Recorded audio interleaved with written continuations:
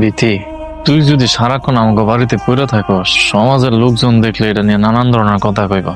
পরে দেখা যাবে এটা নিয়ে একটা ঝামেলা সৃষ্টি হয়ে গেছে। এর মধ্যে আমার বউটাও অসুবিধা গেছে। তাছাড়া তোর এখনো বিয়েও হয়নি। তুমি মানুষের কথায় তো কান দিতেছো কেন? মানুষের কাজই তো মানুষের নিয়ে কথা বলা। সমাজের মানুষ এমনই, তুমি জানো।